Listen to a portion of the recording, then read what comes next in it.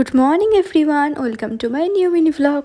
তো সকালবেলা আজকে খেয়েছিলাম পান্তা ভাত, আর এই গরমে পান্তা ভাতের থেকে ভালো খাবার আর তো কিছু হতেই পারে না। আর পান্তা ভাতের সাথে ছিল গরম গরম পটল ভাজার তেল আর কাঁচা লঙ্কা। আর মাই সুন্দর করে ভাতটা মাখিয়ে খাইয়ে দিয়েছিল, ভীষণ তৃপ্তি হয়েছিল খেয়ে।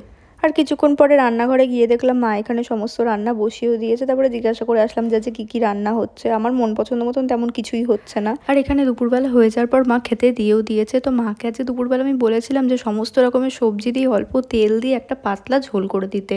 আর আজকে বাড়িতে আলু পটলের তরকারি রান্না হয়েছিল, যেটা খেতে আমি একদমই পছন্দ করি না। তাই মাকে বলেছিলাম এই ঝোলটা করে দিতে। এই ঝোলটা হলে পুরো ভাতটাই ঝোলটা দিয়ে আমার খাওয়া হয়ে যায়। এটা খেতে আমি ভীষণ ভালোবাসি, আর তার সাথে সাথে ভীষণ উপকার এটা খাওয়া। আর তার সাথে আলু দিয়ে চাল কুমড়ো খোসা ভাজাও ছিল, আর কাঁচা পেঁয়াজও ছিল। আর জানো তো, বিকালে পড়ানো হয়ে যাওয়ার পর একটু দরকারে বিন্নগরের দিকে গিয়েছিলাম। হঠাৎ এই মন্দিরটা চোখে পড়লো। হয়তো নতুন হয়েছে, আমি সঠিক জানি না, কিন্তু এত শান্তি লাগলো জায়গাটা গিয়ে, আর ভীষণ সুন্দর ছিল জায়গাটা। আর আমি তো প্রায় অনেকক্ষণ গিয়েই মন্দিরটায় বসেছিলাম। আর জানো তো, ভীষণ ভালো লাগছিল মন্দিরটায় চুপচাপ বসে থাকতে।